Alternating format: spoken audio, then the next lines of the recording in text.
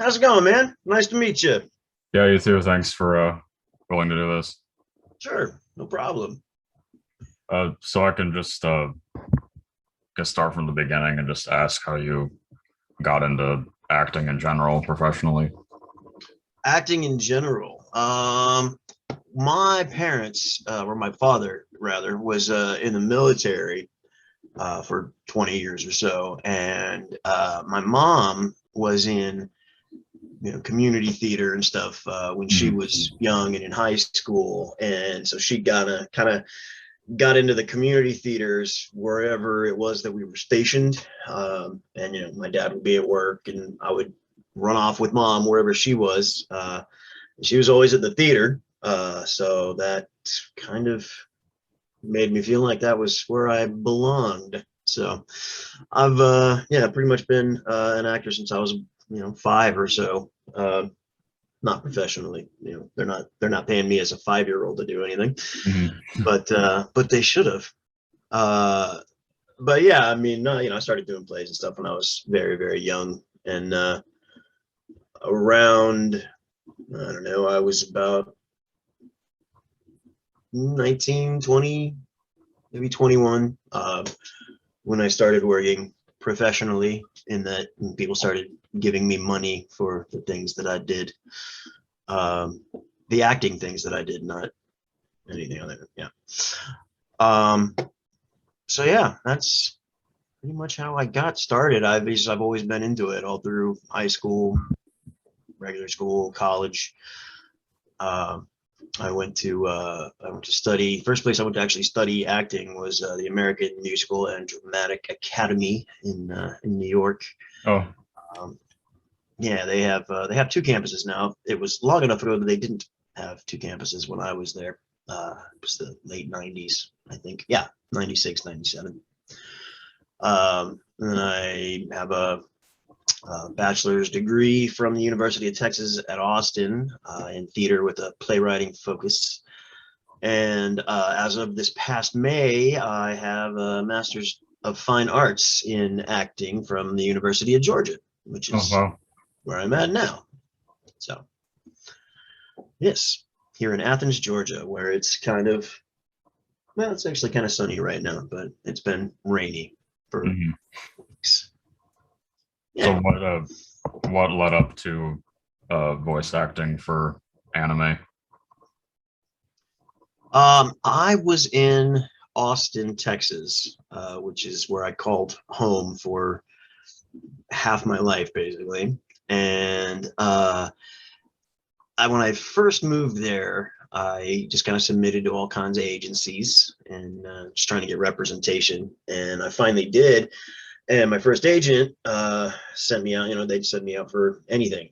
Hmm. I told them anything. I hadn't done any voice work, but people had told me my whole life, "Oh, you got a great voice. You should do voiceovers." And I was always like, "Okay, give me a job doing that, and I'll do them." And I ended up, yeah, I ended up auditioning for ADV Films there in their Austin studio. Um, what was it called? Monster Island, I think. Yeah, Monster Island. And yeah, it was for Samurai X, which I had never heard of at the time. I was not too familiar with anime at all, despite, with the exception of the bigger things, Right. Vampire Hunter D or uh, Evangelion or Robotech, stuff like that. Um, and yeah, I got the job, and in fact, I actually ended up meeting a lot of the Austin theater scene Mhm. through that process. There was a guy who was also he was working on Samurai X at the time, a guy named Lowell Bartholomew, and yeah, he was part of the theater scene, and then most of the actors, most of the voice actors that are in Samurai X and Trust and Betrayal are also stage actors from the Austin area. Yeah. All friends of mine. So, uh, yeah, yeah, there's a lot of them in there. So yeah, that was the first voice acting gig I got, and from there, anime wise, I don't know, what was the next one that I did? I think Soul Hunter. I did Yep. Soul Hunter.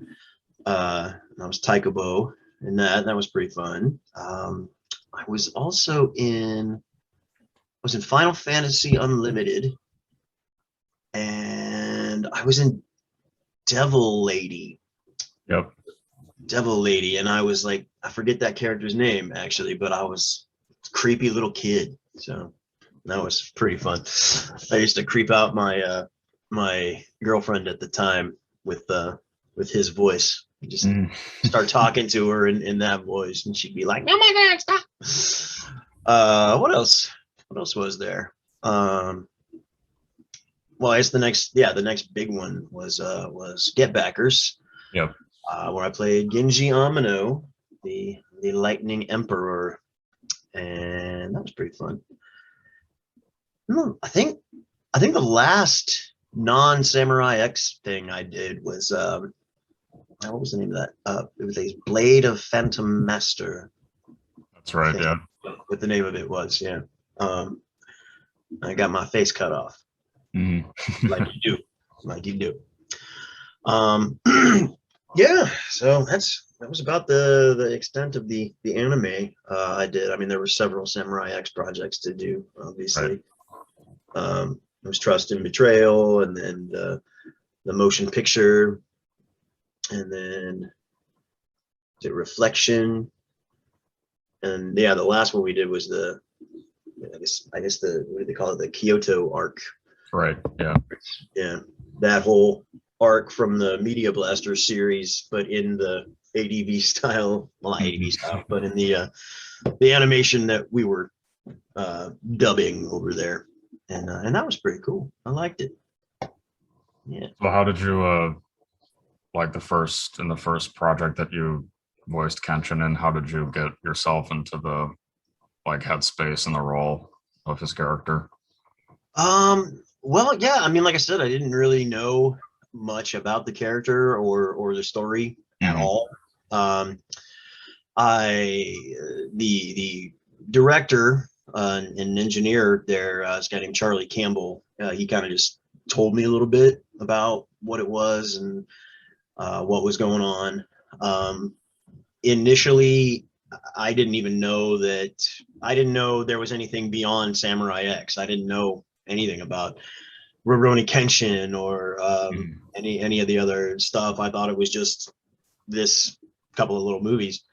Um, and it was through the work that it became obvious. I was like, oh, this is part of something else. And then I started going to, look it up, and then started, scolding myself for not being as familiar with anime as I should have been, and working in it.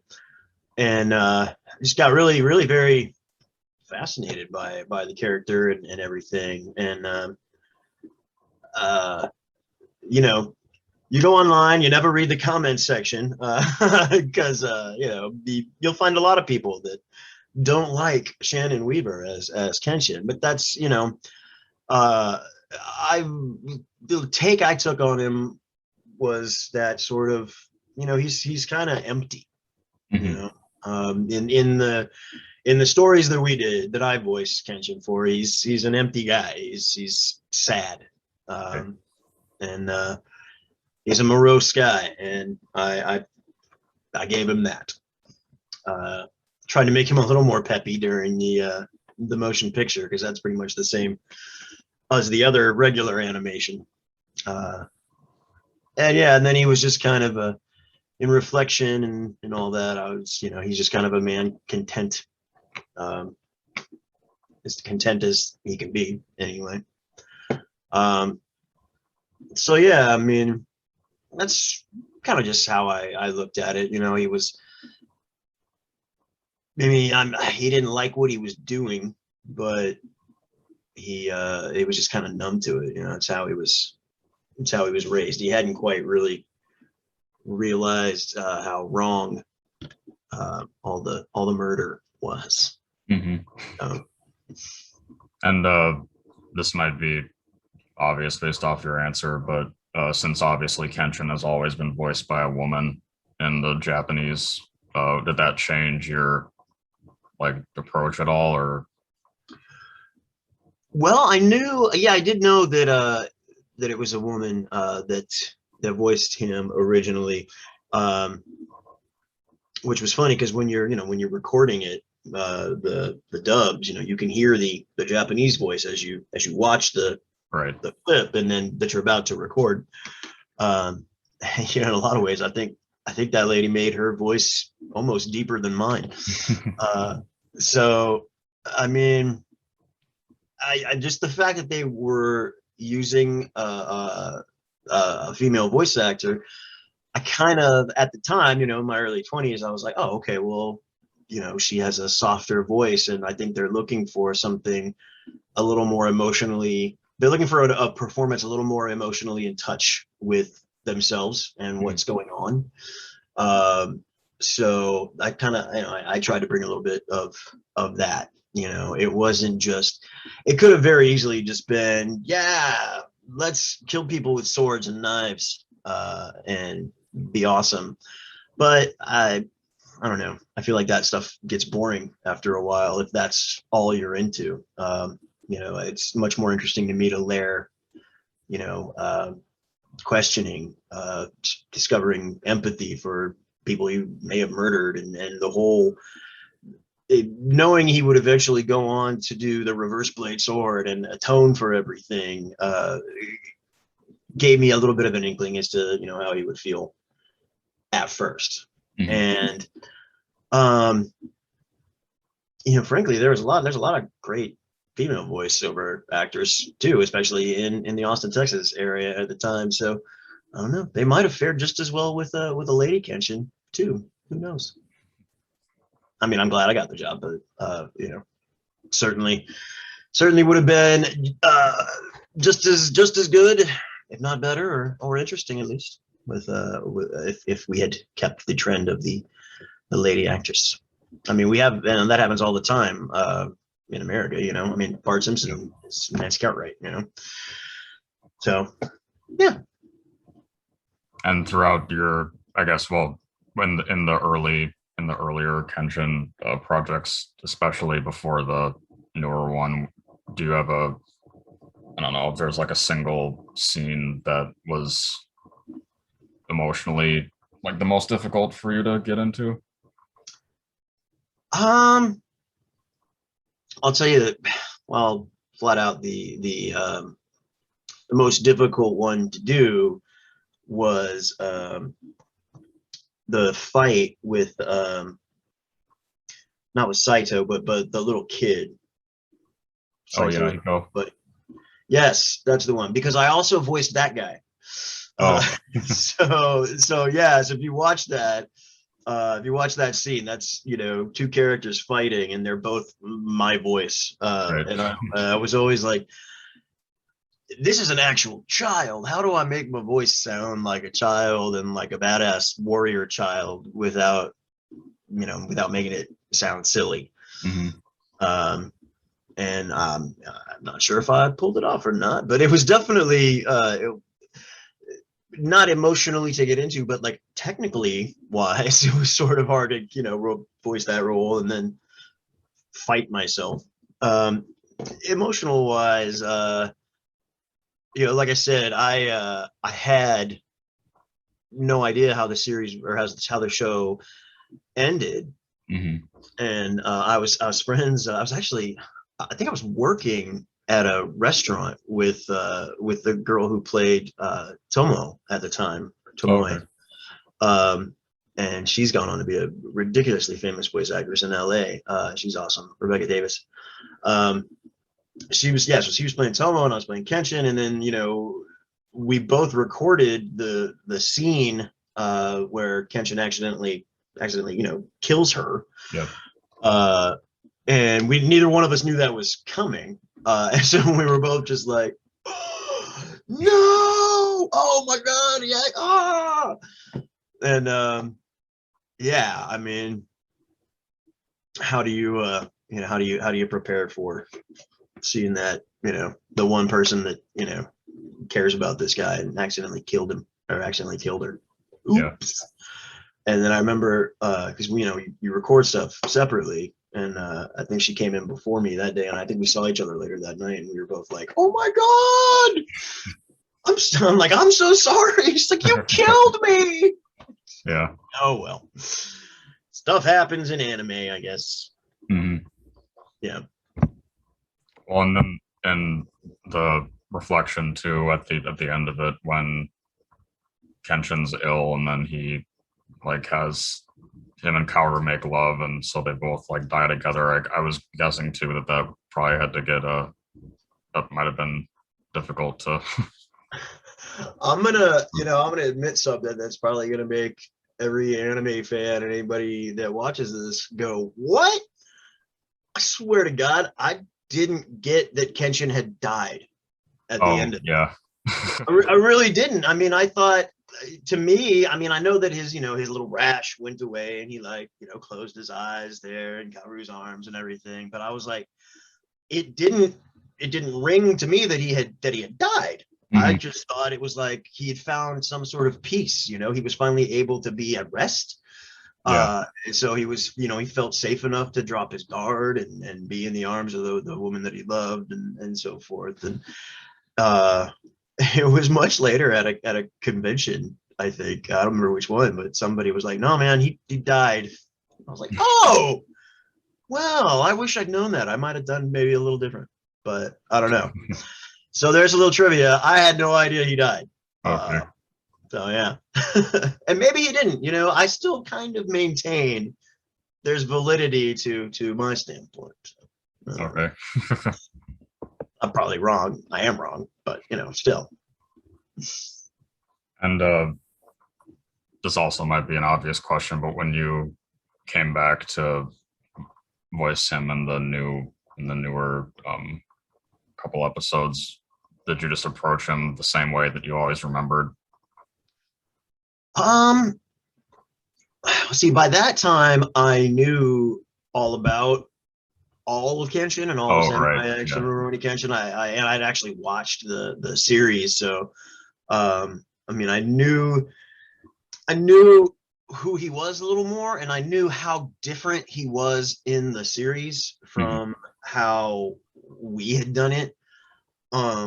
So I mean, there was the struggle there. As I certainly didn't want to just imitate what what Richard had done, and but so I guess I tried to find sort of a happy medium between, I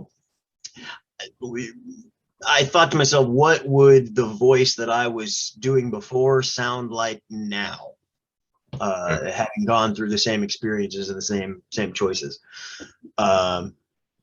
And yeah, so I mean, it was weird because it was weird seeing that part of the series in the animation style of all the other stuff, and sort of more violent and everything, and from the other perspective. So yeah, I mean, I knew if I started, just basically doing a Richard Hayworth impersonation, I would catch hell on the internet. So I just tried to do my own thing. I tried to figure out, what his voice would sound like, a little more relaxed and a little more together, but still absolutely, the same fierce love and devotion to his friends and to peace. So, and when it comes to action scenes, I guess in anime in general, are you the kind of person that gets really physical with that? oh yeah, I mean, well, that's a lot of fun. I mean, I don't like bring a broom handle in there to like swing the sword around or anything, but yeah, I mean, I'll get into it. I mean, it's much easier. I mean, a voice, the grunt you make if you punch somebody sounds more authentic if you're doing that movement, so then you do the big screams and the gut punches and everything, and yeah, I mean, it's much better to feel free to move around and actually make those motions that those sounds come from. Because I mean, most of those sounds are, I mean, especially if it's the sound of you getting hit. I mean, that's a sound of your. It's a sound of somebody striking you, making the sound leave your body anyway. So, yeah. But I mean, yeah, I mean, sometimes the booth isn't big enough to jump around as much as you might like to. But yeah, you know, you get a little physical. It's fun. It's part of the fun. Mm.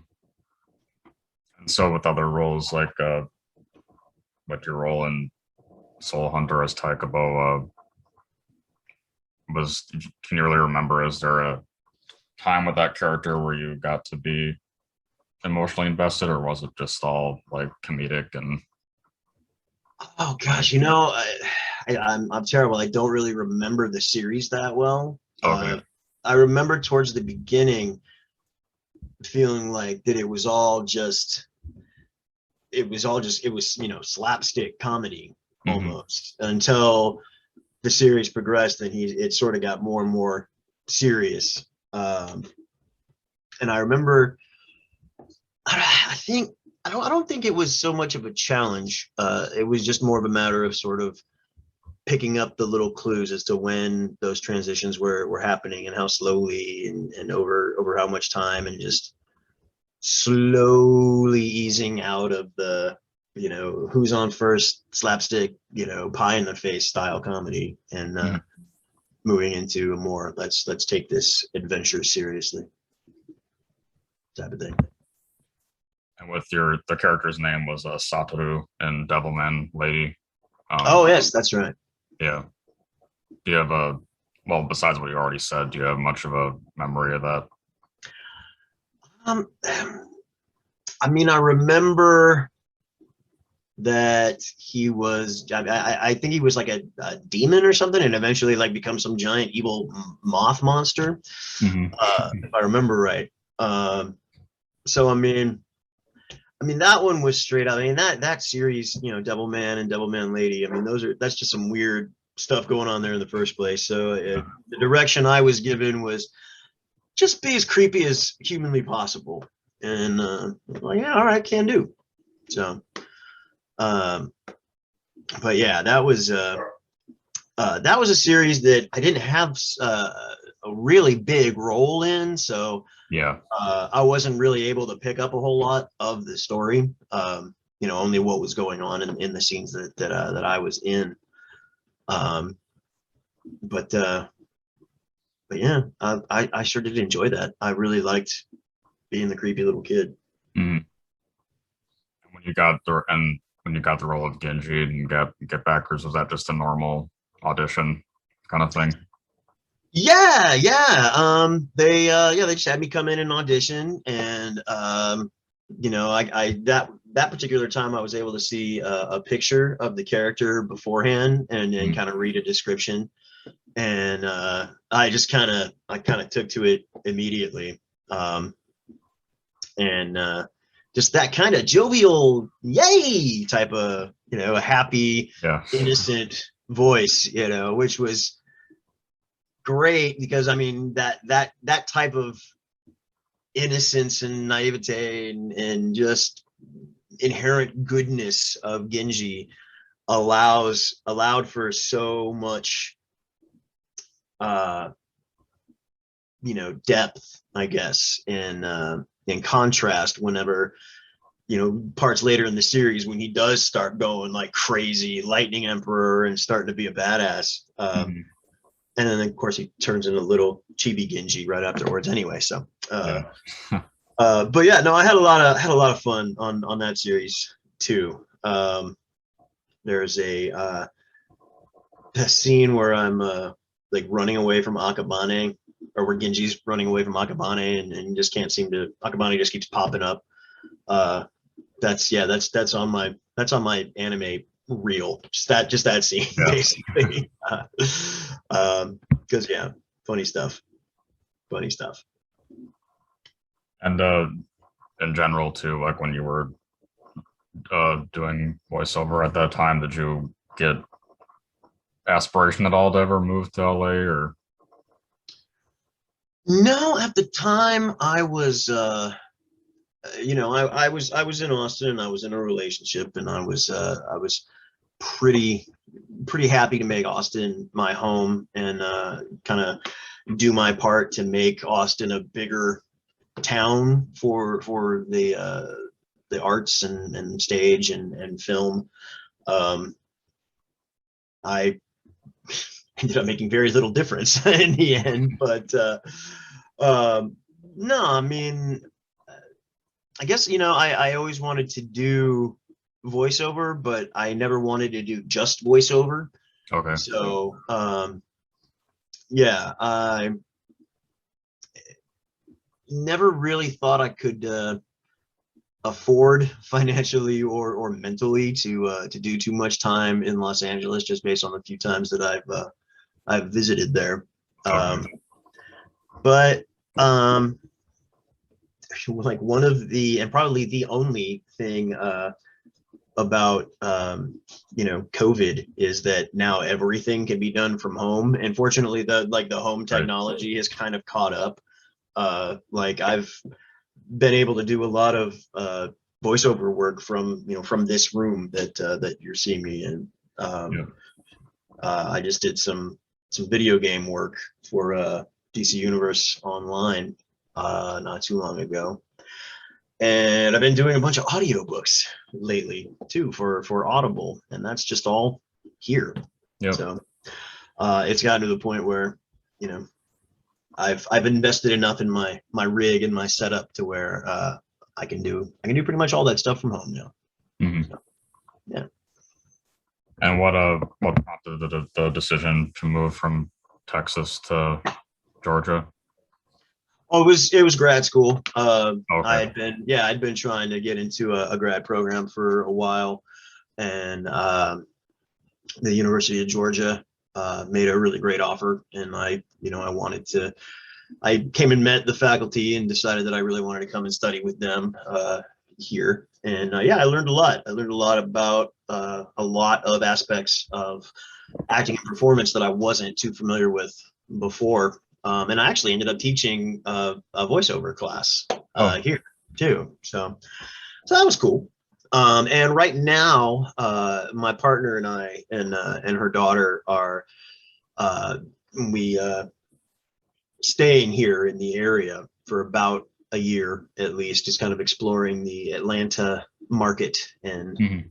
you know, theater and film scene, which is rather difficult to do under the you know, the second rising of COVID-19 right Yeah.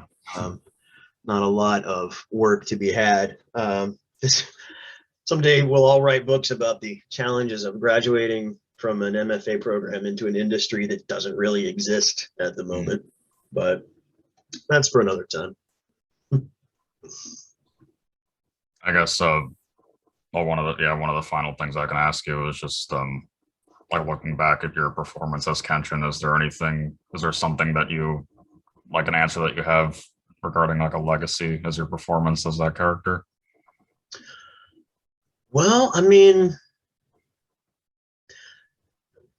by the time it was all said and done, I had voiced that character in so many different times of his life and in so many different animation styles that I just, you know, I hope that there's a through line there, and I hope that I hope that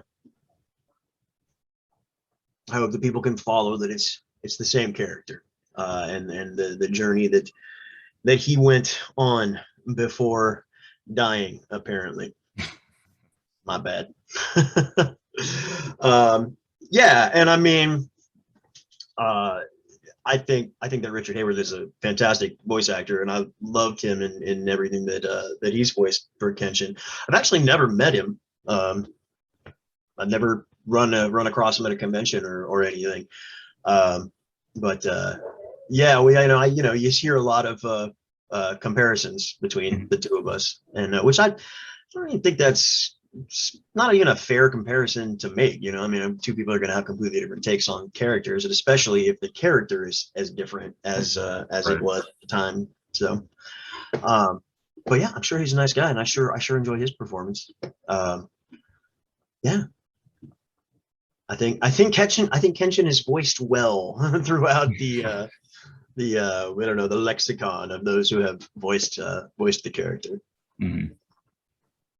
Well, thanks for willing to do this. Yeah, no problem. My pleasure. Anything else? I can just send it to you once I have it up on YouTube.